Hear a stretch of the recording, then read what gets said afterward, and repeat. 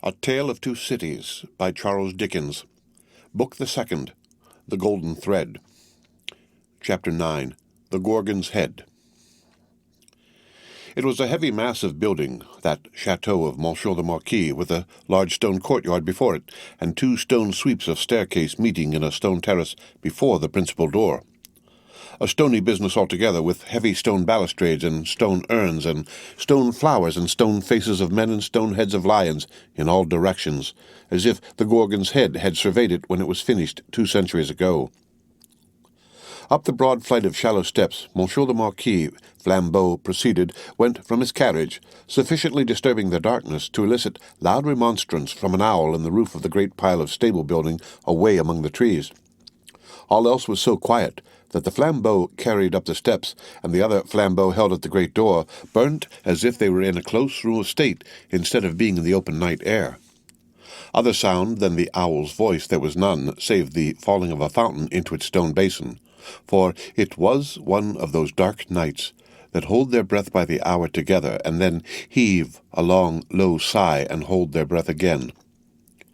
The great door clanged behind him, and Monsieur the Marquis crossed a hall grim with certain old boar-spears, swords, and knives of the chase, grimmer with certain heavy riding-rods and riding-whips, of which many a peasant, gone to his benefactor death, had felt the weight when his lord was angry. Avoiding the larger rooms, which were dark and made fast for the night, Monsieur the Marquis, with his flambeau-bearer going on before, went up the staircase to a door in the corridor. This thrown open admitted him to his own private apartment of 3 rooms, his bedchamber, and 2 others, high vaulted rooms with cool, uncarpeted floors, great dogs upon the hearths for the burning of wood in winter-time, and all luxuries befitting the state of a marquis in a luxurious age and country. The fashion of the last Louis, but one of the line that was never to break, the 14th Louis, was conspicuous in their rich furniture, but it was diversified by many objects that were illustrations of old pages in the history of France.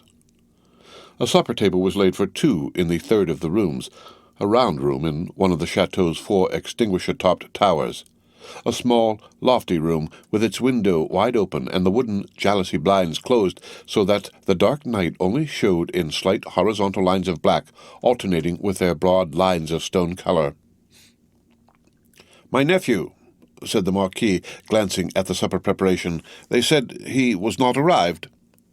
Nor was he, but he had been expected with Monsignor. "Ah, it is not probable he will arrive tonight. Nevertheless, leave the table as it is. I shall be ready in a quarter of an hour." In a quarter of an hour, Monsignor was ready, and sat down alone to his sumptuous and choice supper. His chair was opposite to the window, and he had taken his soup and was raising his glass of Bordeaux to his lips when he put it down. "What is that?" he calmly asked, looking with attention at the horizontal lines of black and stone color. "Monsignor, that? Outside the blinds. Open the blinds." It was done. "Well?" "Monsignor, it is nothing. The trees and the night are all that are here." The servant who spoke had thrown the blinds wide, had looked out into the vacant darkness, and stood with that blank behind him, looking round for instructions. "Good," said the imperturbable master. "Close them again."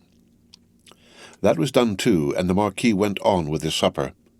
He was halfway through it when he again stopped, with his glass in his hand, hearing the sound of wheels. It came on briskly, and came up to the front of the chateau. "Ask who has arrived." It was the nephew of Monsignor. He had been some few leagues behind Monsignor early in the afternoon. He had diminished the distance rapidly, but not so rapidly as to come up with Monsignor on the road. He had heard of Monsignor at the posting-houses as being before him. He was to be told, said Monsignor, that supper awaited him then and there, and that he was prayed to come to it. In a little while he came. He had been known in England as Charles Darnay. Monsignor received him in a courtly manner, but they did not shake hands. "You left Paris yesterday, sir?" he said to Monsignor as he took his seat at table. "Yesterday. And you?" "I come direct. From London?" "Yes." "You have been a long time coming," said the Marquis with a smile. "On the contrary, I come direct. Pardon me, I mean not a long time on the journey, a long time intending the journey. I have been detained by—" The nephew stopped a moment in his answer. "Various business." "Without doubt," said the polished uncle. So long as the servant was present, no other words passed between them. When coffee had been served, and they were alone together, the nephew, looking at the uncle and meeting the eyes of the face that was like a fine mask, opened a conversation. "I have come back, sir, as you anticipate, pursuing the object that took me away. It carried me into great and unexpected peril. But it is a sacred object, and if it had carried me to death, I hope it would have sustained me." "Not to death," said the uncle. "It is not necessary to say to death." "I doubt, sir," returned the nephew, "whether, if it had carried me to the utmost brink of death, you would have cared to stop me there."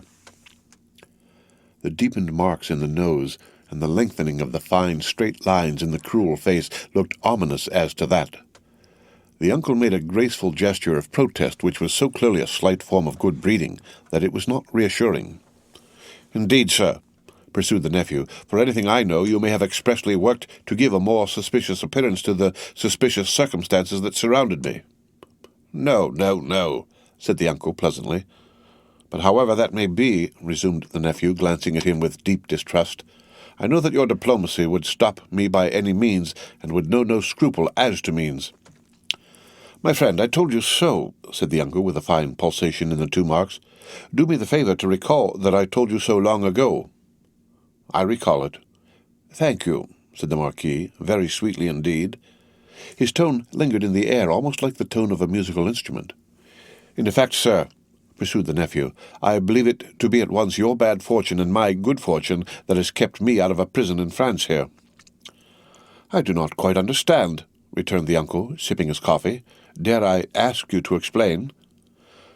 "I believe that if you were not in disgrace with the court and had not been overshadowed by that cloud for years past, a letter de cachet would have sent me to some fortress indefinitely." "It is possible," said the uncle with great calmness, "for the honour of the family. I could even resolve to incommode you to that extent. Pray, excuse me." "I perceive that, happily for me, the reception of the day before yesterday was, as usual, a cold one," observed the nephew. "I would not say happily, my friend," returned the uncle with refined politeness. "I would not be sure of that. A good opportunity for consideration surrounded by the advantages of solitude might influence your destiny to far greater advantage than you influence it for yourself. But it is useless to discuss the question. I am, as you say, at a disadvantage. These little instruments of correction, these gentle aids to the power and honour of families, these slight favours that might so incommode you, are only to be obtained now by interest and importunity. They are sought by so many, and they are granted comparatively to so few.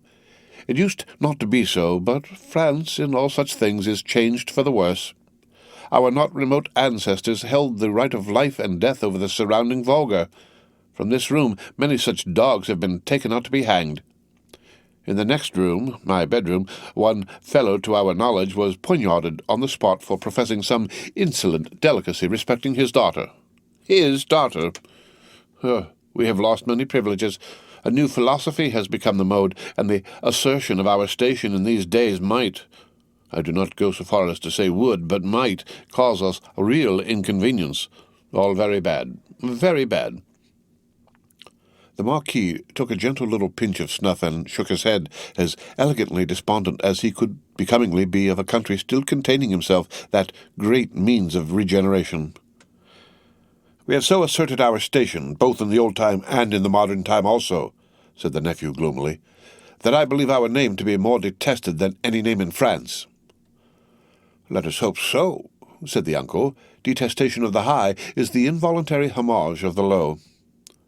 "There is not," pursued the nephew in his former tone, "a face I can look at in all this country round about us which looks at me with any deference on it, but the dark deference of fear and slavery." "A compliment," said the Marquis, "to the grandeur of the family, merited by the manner in which the family has sustained its grandeur. Ah!" And he took another gentle little pinch of snuff, and lightly crossed his legs. But when his nephew, leaning an elbow on the table, covered his eyes thoughtfully and dejectedly with his hand, The fine mask looked at him sideways with a stronger concentration of keenness, closeness, and dislike than was comportable with its wearer's assumption of indifference. "Repression is the only lasting philosophy. The dark deference of fear and slavery, my friend," observed the Marquis, "will keep the dogs obedient to the whip as long as this roof," looking up to it, "shuts out the sky." That might not be so long as the Marquis supposed. If a picture of the chateau, as it was to be a very few years hence, and of 50 like it as they too were to be a very few years hence, could have been shown to him that night, he might have been at a loss to claim his own from the ghastly, fire-charred, plunder-wrecked rains. As for the roof he vaunted, he might have found that shutting out the sky in a new way, to wit, forever, from the eyes of the bodies into which its lead was fired out of the barrels of 100,000 muskets.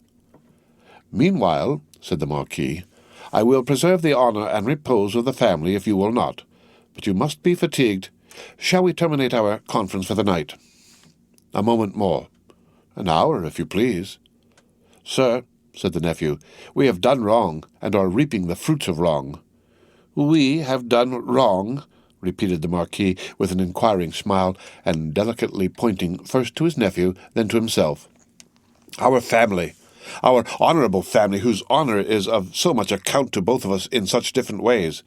Even in my father's time we did a world of wrong, injuring every human creature who came between us and our pleasure, whatever it was. Why need I speak of my father's time when it is equally yours?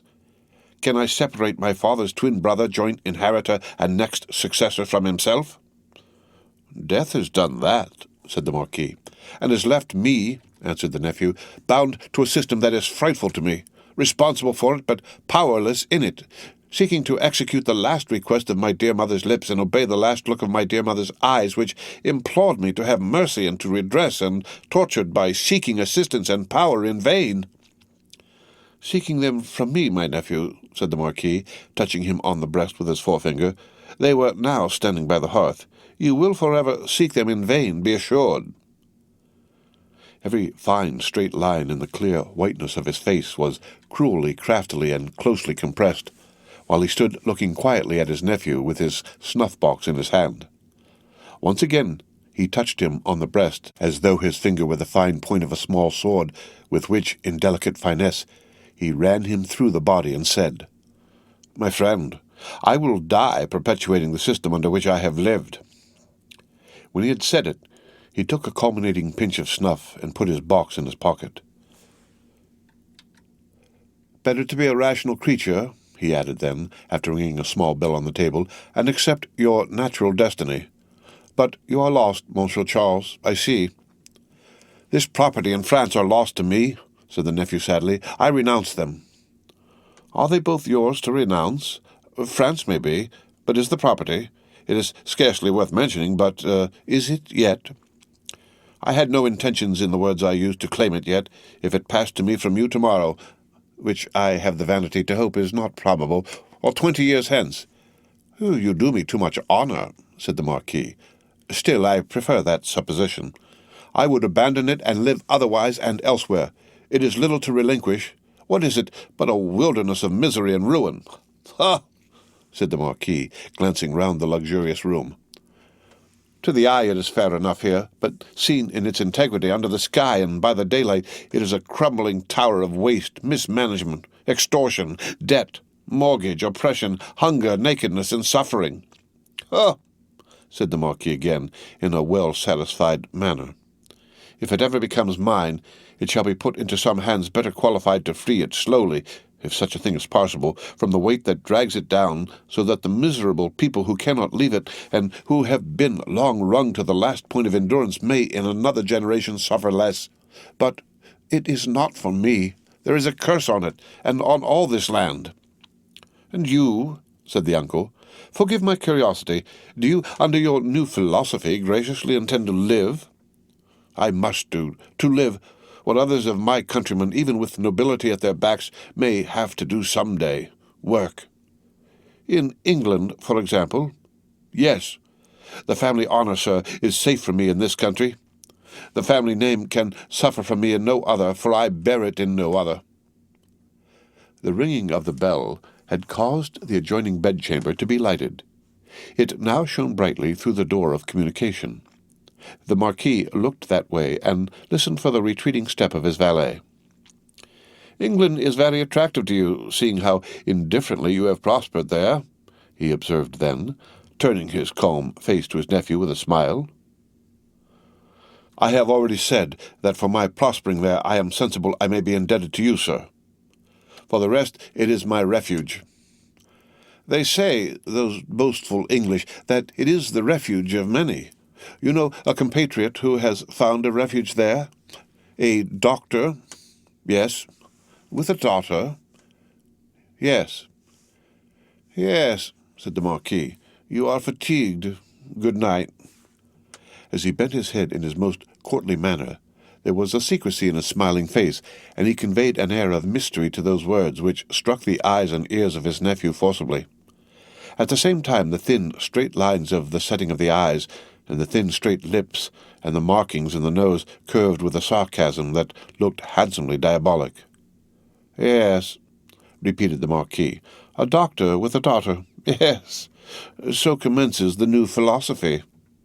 You are fatigued. Good night." It would have been of as much avail to interrogate any stone face outside the chateau as to interrogate that face of his. The nephew looked at him in vain in passing on to the door. "Good night," said the uncle. "I look to the pleasure of seeing you again in the morning. Good repose. Light Monsieur my nephew to his chamber there, and burn Monsieur my nephew in his bed, if you will," he added to himself before he rang his little bell again and summoned his valet to his own bedroom. The valet come and gone, Monsieur the Marquis walked to and fro in his loose chamber robe to prepare himself gently for sleep that hot still night. Rustling about the room, his softly slippered feet making no noise on the floor, he moved like a refined tiger, looked like some enchanted marquis of the impenitently wicked sort in story, whose periodical change into tiger form was either just going off or just coming on. He moved from end to end of his voluptuous bedroom, again looking at the scraps of the day's journey that came unbidden into his mind, the slow toil up the hill at sunset, the setting sun, the descent, the mill, the prison on the crag, the little village in the hollow, the peasants at the fountain, and the mender of roads with his blue cap pointing out the chain under the carriage.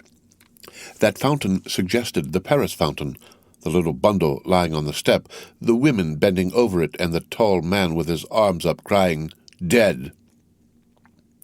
"I am cool now," said Monsieur the Marquis, "and may go to bed." So, leaving only one light burning on the large hearth, he let his thin gauze curtains fall around him and heard the night break its silence with a long sigh as he composed himself to sleep. The stone faces on the outer walls stared blindly at the black night for 3 heavy hours. For 3 heavy hours the horses in the stables rattled at the racks, the dogs barked, and the owl made a noise with very little resemblance in it to the noise conventionally assigned to the owl by men poets. But it is the obstinate custom of such creatures hardly ever to say what is set down for them.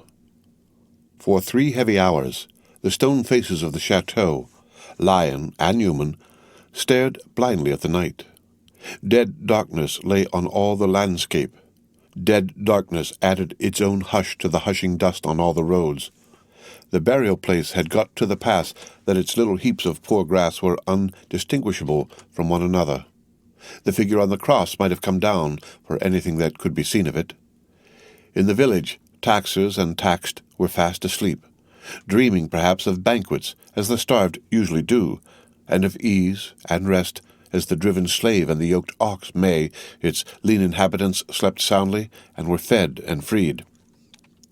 The fountain in the village flowed unseen and unheard, and the fountain at the chateau dropped unseen and unheard, both melting away like the minutes that were falling from the spring of time through 3 dark hours.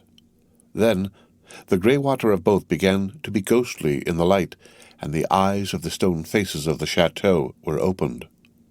Lighter and lighter, until at last the sun touched the tops of the still trees and poured its radiance over the hill. In the glow the water of the chateau fountain seemed to turn to blood, and the stone faces crimsoned. The carol of the birds was loud and high, and on the weather-beaten sill of the great window of the bedchamber of Monsieur the Marquis, one little bird sang its sweetest song with all its might. At this, the nearest stone face seemed to stare amazed, and, with open mouth and dropped under jaw, looked awe-stricken. Now the sun was full up, and movement began in the village. Casement windows opened, crazy doors were unbarred, and people came forth shivering, chilled as yet by the new sweet air. Then began the rarely lightened toil of the day among the village population. Some to the fountain, some to the fields, men and women here to dig and delve, men and women there to see to the poor livestock and lead the bony cows out to such pasture as could be found by the roadside. In the church and at the cross, a kneeling figure or two, attendant on the latter prayers, the led cow trying for a breakfast among the weeds at its foot. The chateau awoke later, as became its quality, but awoke gradually and surely. First, the lonely boar-spears and knives of the chase had been reddened as of old, then had gleamed trenchant in the morning sunshine.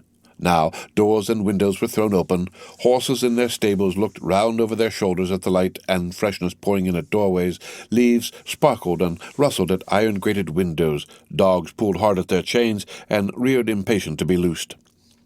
All these trivial incidents belonged to the routine of life and the return of morning.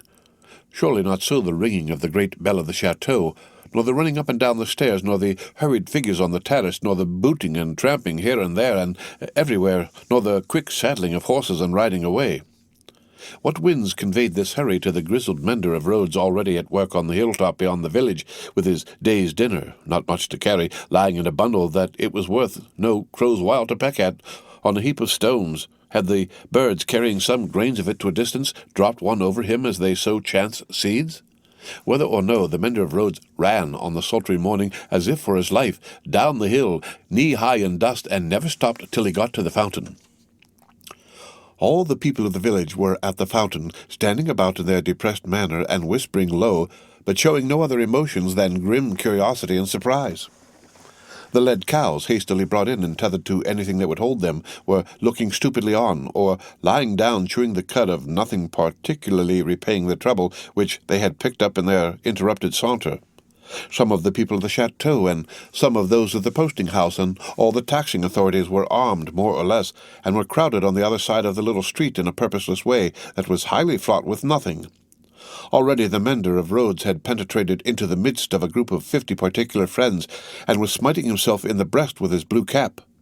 What did all this portend, and what portended the swift hoisting up of Monsieur Gabelle behind a servant on horseback, and the conveying away of the said Gabelle, double-laden though the horse was, at a gallop like a new version of the German ballad of Leonora?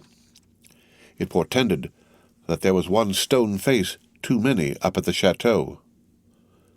The Gorgon had surveyed the building again in the night, and had added the one stone face wanting, the stone face for which it had waited through about 200 years. It lay back on the pillow of Monsieur the Marquis. It was like a fine mask, suddenly startled, made angry, and petrified. Driven home into the heart of the stone figure attached to it was a knife. Round its hilt was a frill of paper on which was scrawled, "Drive him fast to his tomb. This from Jacques." The end of Book the Second, The Golden Thread, Chapter 9.